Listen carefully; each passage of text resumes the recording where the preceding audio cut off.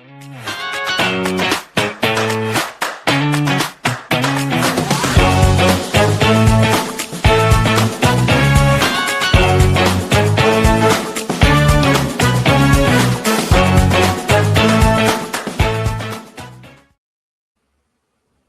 morning, Moms in Real Estate. It's official for me, not for Chrissy. I don't know about Randy, probably Randy because you're homeschool kids, but we're done with spring break. So I'm like so happy. Lucky. I know. So I'm like, spring break for us. Oh, that's crazy. Okay, well, I guess just for me, I'm back to routine. We had so much fun off, but anyways, I'm excited because my friend Chrissy is teaching today. So everybody welcome Chrissy Valentine from Gilbert, Arizona. So Chrissy, why don't you introduce yourself and just tell us a little bit about what you're going to be teaching and just dive into all the things. So I'm Chrissy. I'm mom. I have three kids, actually, not two. I have three. And we are still on spring break. They go back tomorrow. Been in real estate for 8 years. I was a social worker before this, came into the system, came into real estate thinking I'd just have fun doing it, and then realized we need to have processes and systems and all this stuff set up. So what I'm teaching today is what I've kind of learned over the years through lots of mistakes through how do you build a predictable pipeline. So I can get more into it when we start talking though. Yeah, that's exciting. And I don't know if any other mom is listening to this, that we were talking a couple minutes ago, like what is the random Monday off after a break? And I don't know if that's an Arizona thing, but I feel like this is like this new thing that I'm like, what are the schools doing? I think it gives the teachers a day to acclimate back in. So it like lets them get back in the classroom and get everything in order before they actually have the kids. Okay, that makes sense to me, but I feel like it definitely every time throws me off. Last night we were double checking, like, do we have school? Do we not have school? We don't know. So anyways, oh, hi, Katie. Hi, Katie. Good morning, Katie. Well, we're so excited because you're right, Chrissy, like, especially as a mom in real estate, the ups and downs and the lack of a predictable pipeline is a huge struggle. So I'm so excited that you're going to walk us through this today. Yeah, no, I'm super excited. So. And we've got your slide up, so we're ready for you to just take it away. Well, I will just start on then. So today I'm teaching about what a predictable pipeline system is and how do we build momentum and not burnout. When I started real estate, and I'll get into this too, was just getting to that unpredictability of what I call like a roller coaster in real estate, where some months you have business and then you go like a dry spell and then you have another dry, like then you get another deal and then you have another dry spell. And I think in this day and age, we're seeing more and more of that. The market is down. We're in like the lowest 3 years that we've had, well, compared to before. But how do you build something that's consistent? And I love this kind of market because this is where we can build systems and build the skills to be able to scale. So I know we talked a little about this, but who am I? So I did spend 15 years as a social worker in foster care adoption, and I learned the meaning of like home, safety, and belonging and story.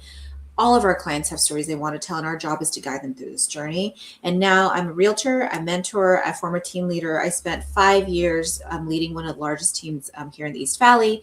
We're closing up to 400 homes a year. And through that, I learned a lot of systems, a lot of how not to do it, and a little bit of what to do. So I'm just here to share that today. And then who I really am is I'm at the gym way too much. I like doing things that I'm perfectly average at, and sarcasm and Disney are my favorite things in the world. So that is me. I have to pause real quick because she says she's at the gym way too much. You guys, if you see her work out, she's like an animal. She's crazy. What's the workout you do? The high rocks? I did high rocks. Yes, I've done it twice. So yeah, it's a great challenge. It's fun. It's the hardest thing you'll ever do, but it's super fun when you cross that finish line. So she's very fit. Yeah, I like doing good things. So thank you. So hopping right into this though, like the funnel frenzy. So this is real estate, really. Like my first year of real estate, I came in and I thought, oh, this is going to be really easy. I'm going to show 3 homes and they're going to buy one, like HGTV says, and it never works out like that. And so I tried all of these things. I've done the cold calls. I've done the expireds. I've done the FSBOs. I did the door knocking, boosted some ads. I did team leads, team referrals, and I did open houses. So if there's any other like lead sources you guys can think of, I probably tried it. And all of these funnels kind of led to the same frustration because I had only worked on the top of the funnel. I would make the phone calls. I would do all the things, but then I never had a system in place. So if any of you guys out there are feeling that, you're not alone. I joke a lot about this. I cried a lot my first year in real estate, in the car, cried a lot, ate a lot of pizza, ate a lot of ice cream, and watched a lot of SVU because I don't know why that just makes me feel more alive at that point. So SVU is life. We went to New York and we watched a lot of SVU and then went to the courthouse steps. So I feel that. The actual courthouse steps where they stand on? We did. That was like what we wanted to do in New York. Yeah, so cool. Yeah, it got me through my first year in real estate. So, so leading into that, like it leads into these myths that we believe. Like with that, like the myth that they'll reach out when they're ready. Because I would build really great rapport with people when I met them, and they didn't reach out. And not because they didn't like me, but because people don't follow agents. They follow what the clear next step is. And so, sorry, I'm clicking on the screens and it's working. Okay. So there's a path that every single lead follows when they meet you. And that journey looks like this. First, you meet and greet them. This is any lead source that you have: door knocking, cold calls, expireds, open houses. Anybody that you meet follows the same journey. You meet and greet them. You have some rapport and trust building with them. You have that conversational back and forth where you get to know them, you build the trust with them. And honestly, this is where most agents stop. They just stop right here and say, oh, they like me, they're going to use me. And guess what? That doesn't happen. And if you're out there, I know I can't see anyone talking, but if you're out there, it doesn't happen that way. What's missing is these last 3 steps. And the next one is a value proposition, having a solid value proposition that you can offer to a client on why they should work with you and what is the value and what problem can you solve for them that they can't solve for themselves. Many agents miss this step. If you have friends and family that have ever bought with anybody else, this is the step you've missed. You have great rapport, but you didn't drop a value proposition why they should work with you. And I'm really good at selling homes is not a value proposition that works. So if you don't have one, we need to craft one for you. And the next step is objection handling. There's going to be objections. I know a lot of agents that shy away from objections. Objections are actually a great thing. They're a sign that your conversation's moving forward, that they trust you enough to give you an objection for you to handle. So getting really good at doing that is the next step. And then finally, setting an appointment with them. And I put it here, this is the goal for everybody, to sit down with them and have a dedicated appointment where there is an agreement at the end that is signed. You might not sign them all, but there's an appointment that's set at the end of this entire process to sit down, whether you're a good fit to work together or not. And the truth is, every single conversation needs a clear next step. And if you don't define it, your clients aren't going to, or they're not even clients at this point, they're leads. The leads don't know where to go. And until you define that for them, they're not going to know. They're waiting for you to set that for them. So that's myth number 1, is getting an appointment set. We want them to follow this journey. They're not going to reach out when you're ready. You're the one that has to define that for them. And then myth 2, this is just a numbers game. And I was guilty of this. Just do more. We hear that a lot in real estate. And as moms in real estate, it's overwhelming. We're already doing so much. We are juggling kids. We're juggling homes. We're juggling dinners, all the things. And just to do more is exhausting. We want just talk to more people, just make more phone calls, just do more open houses, send more DMs, and just kind of hope something sticks. If we're busy, we're successful. If we're not busy, we're not successful. I think that's a lot. Like we talk about this a lot in moms in real estate. It's not about hustling 24/7. It's about finding a balance in what life works for us. Sorry, I'm stumbling over my words today. What kind of life works best for us? The result of all of this is burnout, busy work, and not predictable growth. So example that I had first year, this happened to me in real estate, was I was told to make 50 calls a day. Like just talk to 50 people a day, you'll get business. But with kids, with life happening, I didn't hit 50 that first day. And so being the overachiever that I am, I'm like, okay, I'll just add the remaining 15 to the next day. I'll talk to 65 people the next day. Guess who didn't talk to 65 people the next day? That was me. So I added it to the next day. And then by the end of the week, I was over 100 phone calls. And guess who didn't make 100 phone calls? I couldn't even hit 50. I couldn't hit 100. And so I just got overwhelmed and weighed down where I'm like, I'm never going to be able to be good at this. I can't master this. So it is not just a numbers game. It is about the right numbers that we focus on. So that's what leads me to the truth is it's about the right numbers. You do the right things. You want to track your numbers, focus on quality over quantity. You use your data and your feedback. You use your numbers to diagnose what you're doing and not just a scorecard of how you're doing. And it measures your growth through conversion and chaos. What I love about tracking numbers is that numbers are black and white and they don't lie. They tell you exactly in black and white how you're doing that day. If it's a 0, it's a 0. If it's a 1, it's a 1. If it's a 2, it's a 2. But it doesn't have any emotion tied to it. What happens is we, as agents, tie our emotions to these numbers, and we judge our worth based on those numbers. And we all know as moms, like, our worth is so much than just a number. So the results in having the right numbers in place is that you're going to have that clarity, that focus, and you're going to be able to have predictable results to scale and grow from. So leading to that mindset with the right numbers, this is what I call the measured mindset. And the goal isn't to get more people in your pipeline, it's to have measurable progress. You make it, hang on. It's a small shift in how you think, but it makes a huge difference in how you approach your business. Having that mindset of, if I track the right numbers, I'm not trying to hit 50, I'm not trying to hit 100. How do I track the right numbers for the type of business that I want to lead? And so that leads me to what I landed on after kind of lots of chaos, because during COVID, really, honestly, all we had to do was pick up the phone, right? You had to pay your phone bill and pick up the phone, and you'd sell a home. Homes were selling like before they even hit the market. So after that, like when the market turned, when was it? June, July of 23, market started turning, phone stopped ringing constantly. I had to find a new cadence because honestly, I got used to kind of sitting back and waiting for my phone to ring. So what did that cadence look like? 50 calls a day was not the cadence I wanted to settle into. So what I settled into was something that I call the 512. It would help me build a predictable pipeline. And those numbers I'm going to break down for you guys. So the predictable pipeline system, what I call the 512, is the first number is 5. And what I define 5 as is connect with 5 new people a week to add to your database. These are fresh new conversations that keep your pipeline alive. And what I define as a contact is a full name, real phone number, and real email that people will respond to. That is just it. That's it. 5 in every single week. Hit this number, add it to your database. However you want to get these leads. Open houses are my kind of jam, so I go to those. You can also do cold calls. You can do door knocking. You can do expireds, whatever you choose and what you're really, really good at. Connect with those 5 new people and get the permission to add them to your database to follow up with them. That's the first number. Next number, here's all the lead sources I put on here. If you have any other ones, go ahead and think of those. Sorry, these are usually interactive. I can't hear anybody. So that's 5. Next up is the 1. 1 is a lender connection. And this is how you can collaborate with your trusted lender, and this is how you multiply your effort. Most lenders that I know have incredible systems in place.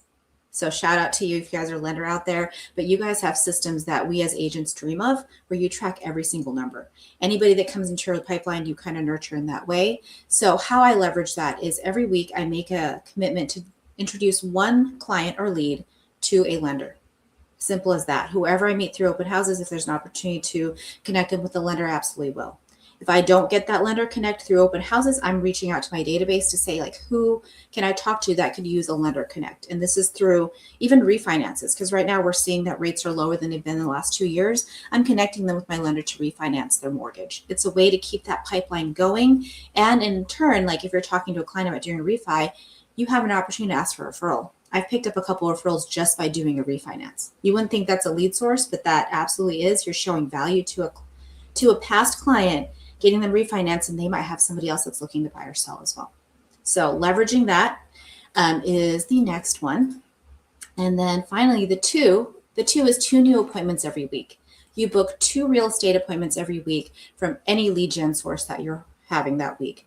So from your open houses, from your follow-up, from your door knocking, anyone that you're meeting with, book 2 new appointments. Appointments meaning you're sitting down with somebody with the end goal of a written signed listing agreement or written buyer broker. So, sorry, Randy, I see your mouth moving. So I was telling my son goodbye. He's heading out the door. Don't worry, I'll come off for you. You're good. So this is what it is. So 2 new appointments every week. Confirmed appointments, get them on your calendar, because that is the goal with the journey that we have with all of our leads, is that meet and greet. We want to ultimately get them to that conversation of, do we want to work together or not? And appointments being the next step in the process, this is where your conversations start to gain momentum in the next step. This is how you get to a closing. You don't just hope for the best. This is where you have control over that next step in your timeline. Or in your pipeline. So what does this look like? You got 5 new contacts, 5 new friends every single week that you're meeting, 1 new lender connection, and then 2 new appointments every week. A note on this is that you can start your week whenever you want. Like it doesn't have to be Sunday through Saturday. I actually run my 5-1-2 week from Wednesday to Tuesday. And the reason that I do that is because if I do my open houses on weekends, and so if I don't hit my 5 that weekend, guess what I'm doing on Monday and Tuesday? I'm calling people to see who else I can add to my pipeline. How do I hit the 5 this week? And that's how it restarts. And the second greatest part about this is you start at 0 every single week. Every Wednesday I wake up and it's 0. If I didn't hit 5 the previous week, guess what? It's not 6 this week. It starts at 0 again. If I went over the previous week and added 7, I start at 0 again. And that keeps me from that like snowball effect of, hey, I didn't hit 5, I'm going to hit 10 next week. And then I never achieve that. So this keeps it really simple for me, and it's achievable, and it's not as overwhelming of a number. Like 5 new friends, I can make 5 new friends every single week. And so this is not about having like being perfect or grinding harder. It's about having just a clear, repeatable target that keeps your business in motion, even when life is repeatable. So I've gone to open houses before we're on the weekend. Like I hit the 5 and I'm like, I'm good. I did it. I did it for the week and I can actually breathe. But I know that this is my target every single week to hit. So if questions come up, will people will it pop up? Sorry, guys, I didn't ask that. Yep, we'll pop them up. And we Okay. usually hold them for the end as well. So we'll have them there also. Awesome. Thanks, Randy. So that's the 5-1-2 pipeline. Myth 3 that we lead into with this is that I need to hustle 24/7. The goal, the beauty of 5-1-2 is that it's not more people, it's that measurable progress. Your success that we define in hustle culture, I call this hustle porn in our industry, where your success comes from outworking everybody. I worked harder than you. I stayed up until midnight grinding. I did all this, blah, blah, blah, blah. You get no breaks. You get no boundaries. You just get more exhausted. And it runs on adrenaline instead of systems. I don't know what it is about this culture of like, hey, we just got to grind, grind, grind. I don't want to. I just don't want to. I don't think anyone else there wants to either. But we want to, my worth actually, what I've redefined it is by having the peace of being present truly in life. And we're constantly grinding, trying to think of our next deal. We're not able to be present. And so that's something that I've chased. And the result of hustle culture is that there's burnout, inconsistency, and resentment towards the business that you built. I'll tell you, I tried to quit real estate mentally the first year, probably every single week. Every week I wanted to leave and wondered what I was doing. And there's still some days now where I'm like, I don't want to do this anymore. But this kind of takes that out of it because I'm like, I love this industry and what we're able to do from it. So the truth of this is it's just you need that rhythm that works, that 5-1-2, that rhythm cycle, whatever system that you settle into. It comes from having a rhythm in life with clear targets, and it creates that space for your family, your fitness, your focus, and your growth becomes compounding. The measure is worth by your alignment in what you are doing and not necessarily the exact activities that you are doing. So the result of this is predictable closings, a sustainable energy, and a life that you actually end up loving. Hang on, I'm going to shut this door real quick. Sorry, dogs came in. So the result of this is that you're going to have a life that you actually love. If you hit your 5-1-2 every single week, your business will continue to grow. And how do I know that? You don't need to do more. You need to repeat what works. And I can show you guys kind of the math behind this. So the math behind the 5-1-2, this is proof that that rhythm beats the hustle culture that we have. So every week, if you make 5 new contacts, and let's just say you want to work 40 weeks out of the year, and you take 3 whole months off, right? You get 200 contacts in a year. 200 is a lot of new friends to add to your system. And let's just say you're making your one lender connect every single week. That's 40 connections a year that you're making to your lender to leverage that system as well. And finally, 2 new appointments a week. Just for 40 weeks out of the year, you've got 80 appointments in a year. 80 opportunities to sit down with a buyer or seller to get a signed agreement. Now, that doesn't mean you're going to close all 80. But here's the magic of it is, if you are holding 80 appointments at a 50% conversion, you're getting 40 signed agreements. And let's just say 50% of those follow through, you've got 20 closings. And let's just say in the 20 closings here in Arizona, our average price point is $450. Average commissions around 2.5, which is about $11,250. With 20 closings, you're making $225,000 a year. I don't know about you, but I can survive on $225,000 a year. I can even go to Disney a couple times on $225,000 a year. So that to me is a business that I can survive and I can live with that. I have no dreams of closing millions and millions of dollars of deals because honestly, I don't want the life that comes with that. I want to see my kids. I want to be present for spring break. I want to go on vacation. I want to be here to read to them at night, to have dinner with them. And so this is the cadence that I've kind of settled on. So with this math, like if you want to go higher, work on your conversion rate. That's the beauty of this too, is you can see where the conversion gaps are and you can work on that. With these 80 appointments, I have actually, my conversion rate is closer to like 75 at this point. So when I sit down, I know 75% of the time I'm going to sign them. So I get to work the exact same amount, but I've worked on my conversion. So I'm more efficient at that. So I can close more homes in that way. So when you start tracking your numbers and you can see this, you can see where your gaps are and you can see what do I need to follow up on. So say you signed 40 agreements and less than 50% have followed through. Okay, cool. I need to work on my follow-up system. What do I need to tighten up about that so that I get 50% of those people closing? So when you have numbers, you can have a predictable business and a predictable system. So I put a check mark there. I automated that. So these small, consistent actions over time beat those huge bursts. So I've been there because my first year in real estate, I would just sit on the couch for a week being sad, watching SVU because it was what I did. And then I would just go all out. I'd sit there all week and grind. I get a deal. I'd spend all my time working that deal and then I would close the deal and then sit on the couch again for another week. Guess what? The bills come every single month. I don't have the luxury of taking that time off every single month. So this is how you can stay consistent and you know kind of where your next deal is coming from, because these people that you've signed, these 40 signed agreements that you have, continue to nurture them over time. They're going to turn into closings for you. So, and with this, you're already closer than you think. You've already proven that you can do hard things. You guys know how to build trust. You guys know how to have the conversations. You know how to help people find home. This is just a structure that gives your system a rhythm so that your effort can finally start compounding. We don't need to chase the next big thing. I see right now there's so many people trying to sell things in real estate. Like, I'm going to sell you leads. I'm going to sell you blah, blah, blah. I don't know what else they're selling these days. I declined those phone calls, but I know leads right now in real estate are averaging around $25 to $75 a lead. That's really, really expensive. And so, but if you're able to do this in a way and find a lead source that works for you, and continue to repeat it, it's going to result in a business that's predictable for you. You don't need to be perfect, and you just need to keep showing up on purpose. When you meet a lead, remember that process that they're walking through to get them to that appointment, and then hold the appointment. And then do it again, week after week after week. Hit the 5, hit the 1, hit the 2. And that's going to result in some business coming forward for you. So this is actually then, I talked so fast today, guys. So it doesn't have to end today. Like with this information, don't let it fade when you walk out. There's a tracker here that I have. It's a simple tracker for a 512. If you scan this code, it's going to be a tool for you guys to start tracking numbers to actually move your business forward. I do teach an open house class. That's my chosen lead gen source. And so there's a class on there. And then I do have Instagram as well on my agent Chrissy. I have a lot of agent tips on there as well. So now I guess I open up for questions. Yes. And while we're getting the, go ahead, Kristen. Did you have one? Oh, I didn't have one. Okay. So I just, Chrissy, we are so similar. So I run a 6-5-4-3-2-1.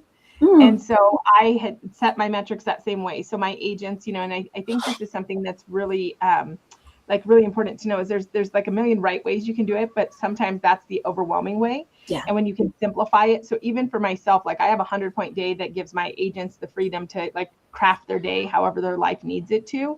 But for me, same like you, I was like, oh wait, I need like my specifics. But what I will tell you that I love is that I think you've simplified it even further, and that's where the magic is.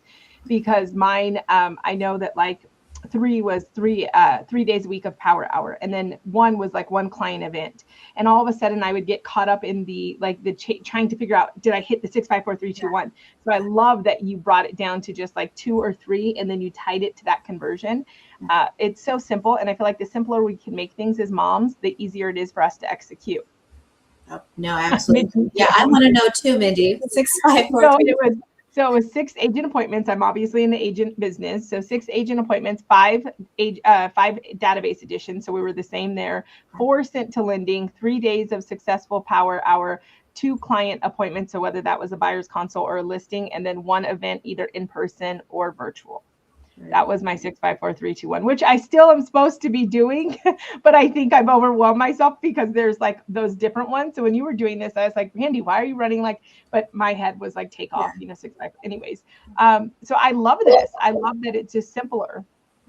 Well, and I think that the biggest thing too is like you guys are saying, there's so many different ways to do this. And this is just so nice if you're like, I'm going to stick with this and I'm going to build the muscle so that it's like, I know I'm doing this every week. And then it's not as much like, oh my gosh, like, it's just like, you guys probably don't even have to track it anymore because it's so natural for you to do the activities. And I think that's the beauty of systems too, Randy. Even with yours, is like you rattled that off the top of your head. You know exactly what metrics you need to hit every single week. And that's, as agents, what I think is so important, because I've trained so many brand new agents who are like, just tell me what to do.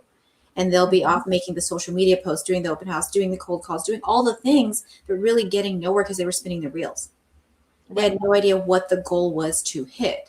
And then they'd get a deal and then they'd work the whole deal, spend their whole lives on the deal. And when that deal fell apart, they had no business. Yeah. And so that goes back to that system. Yeah, So Randy, for you. Oh, go ahead. Oh, Mindy said, and share the 100-point day. Mindy, it's really good. I love her 100-point day. I'll send it to you. I want to hear about the 100-point day too, Randy. Yeah, so we can do that one day, but I built it for my agents so that wherever they are, we have leading indicators, lagging, and so we have like like no matter their season, if they're brand new or they're highly established, they can hit that 100 points. And they goal set quarterly. So basically each quarter they decide how many 100 points they're going to have for that quarter based off of their season of life. So I had the one that was like pregnant. And so obviously she's not going to have 5 days a week where she's hitting 100 points. Yeah. So winning that quarter for her, we just, we set a stack goal and then we track that. But I want to ask you something, Chrissy. Okay. So again, agents are kind of, like you said, we overcomplicate things. We add too many things. So how are you tracking this? So are you just like doing a mental note that like, okay, I've got my things, or have you actually created a tracker? How's that working? I do have a tracker. It's actually downloadable on this code right here. If you scan it, it just opens to a Google page for you. And it's already coded out, figured out for you. So you can track every week, 5, 1, 2, did I hit the numbers or not? And I actually made it myself. And so the sheet lights up if you hit your numbers. Oh, I love that. Really proud of that. So, because you are the same human. I'm like, when you put the formula in and then it just automatically, so I track us, and when it's green, I'm like, it's green. Like, yes. Yeah. So that's how I track it. And then also, like, I'm to the point now, I've been doing this for 2-3 years where I know every week where I need to go. Like, I need to meet 5 new people every single week, whatever that looks like. And so when I'm at open houses, and I actually only hold open houses 1 or 2 times a week at this point, but when I'm out there, I'm adding these leads to my database. Like, I need to hit 5. If I don't hit 5, guess where I'm sitting the next day? Right. Or guess what I'm doing the next day? I'm out there trying to find 5 new people that will give me the opportunity to earn their trust and confidence as a real estate agent. So you're building that muscle. And I think, Chrissy, this ties to this question we have, like, how long will it take a new agent to build this way? You can start it next week. You can start making 5 new friends every single week. Ultimately, I think, like, as a new agent, what you need to do is to go out there and find leads. Like, that's the one problem that you have in real estate, is getting leads. So go out there and meet 5 new friends a week. It's not 50 conversations a day, because as a new agent, I remember how overwhelming that is. I remember telling an agent too, just go make 50 calls. You make it sound so easy, right? Just go do it. And you can't. They're like, well, what do I do? How do I do that? But when you set the metric at 5, like, it's just 1 new friend every single day that I can achieve, and I can still live my life. Hey, I made a new friend today. Great. I'm going to add them to my database. Made a new friend that day. I'm going to add that to my database. Maybe today I have 2 friends, but it takes that pressure off. And so when you start building this, you'll be so surprised. I remember the first time that somebody said, yes, I do want to buy a house. I'm like, no way you do. Like, that wasn't in my script. Answer me like that. But you'll be surprised. If you make 5 new contacts a week in your first month as a real estate agent, you're making 20 new contacts in that first month. And with that, go ahead. I was going to say, one hack that I did that like really helped me was, like, I love coffee and I love coffee shops. So my tracking was, I wanted 2 coffee appointments 5 days a week. And so I was like, I'm already going to be like in a coffee shop working or whatever. Why wouldn't I spend 45, to 60 minutes 2 different times throughout the day and meet new people? And I feel like that is literally how I built my business. And it was just like doing something I enjoyed. So if you're dreading it, you're not going to do it. But if you're like, oh, I love the idea of sitting and having coffee with somebody, make it something that's enjoyable. Absolutely. And then it's those little bites too, Kristen. I love that you said that, just 2 a day. 2 a day is so much easier, because I think we look at it like, I want to close, like, let's just say you want to close 20 deals your first year. That's great. That sounds huge. That's a huge, overwhelming number, like 2 deals a month, like 24 deals a year. That sounds huge. But when we take it down to like a simple number, like 2, it's so simple. It's easy. And I call it taking bites of the elephant one bite at a time. Yeah. Well, I think this next question kind of piggybacks on what Mindy said. So Mindy said, we need to stop telling agents they won't make money for 6 months. What kind of job would you take that you didn't get paid for 6 months? And the next question was, I love the thought of not waiting 6 months, but how do I get them from hello to real estate? Get them from hello. That's where you start tracking. Those numbers help too. How many conversations are you having too? That's another kind of system that I track, is the number of conversations I have and then the number of conversions I get from that. And it's having the skill to have those conversion conversations. Because I was really good at the beginning on I made so many friends, guys. Like, I will tell you, I knew their kids' names, I knew their dogs' names, I knew their restaurants, I knew their favorite color, and then they would walk out the door. Right.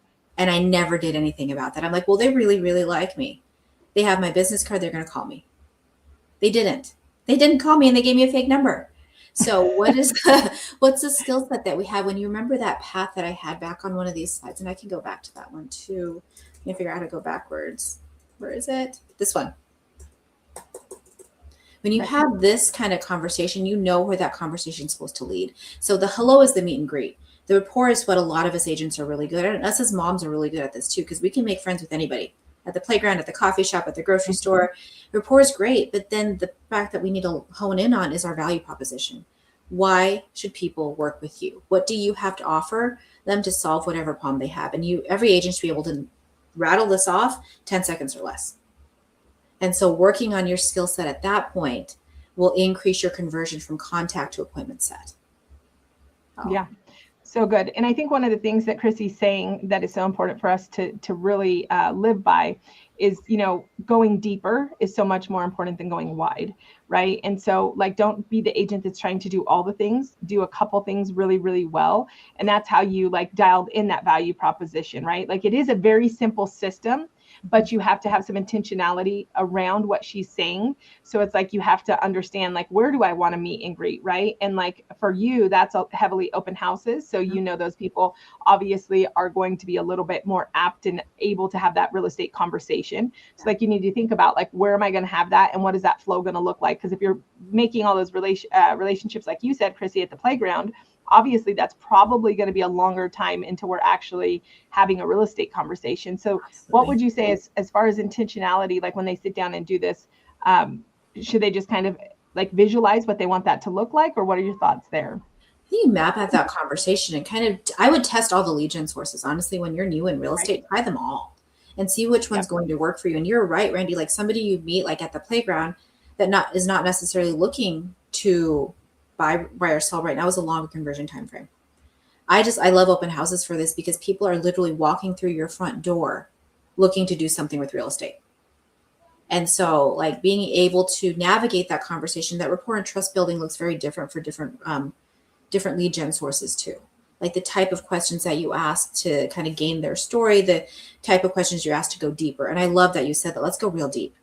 Let's not just do surface. Let's go deep on these conversations so that we can drop a value proposition that's going to fit their situation and fit their scenario. So they're more likely to say yes to you. So I don't know if Randy froze. I think she froze. I lost you for a second. I missed all the good stuff. Chrissy, I'm going to have to come back and watch that.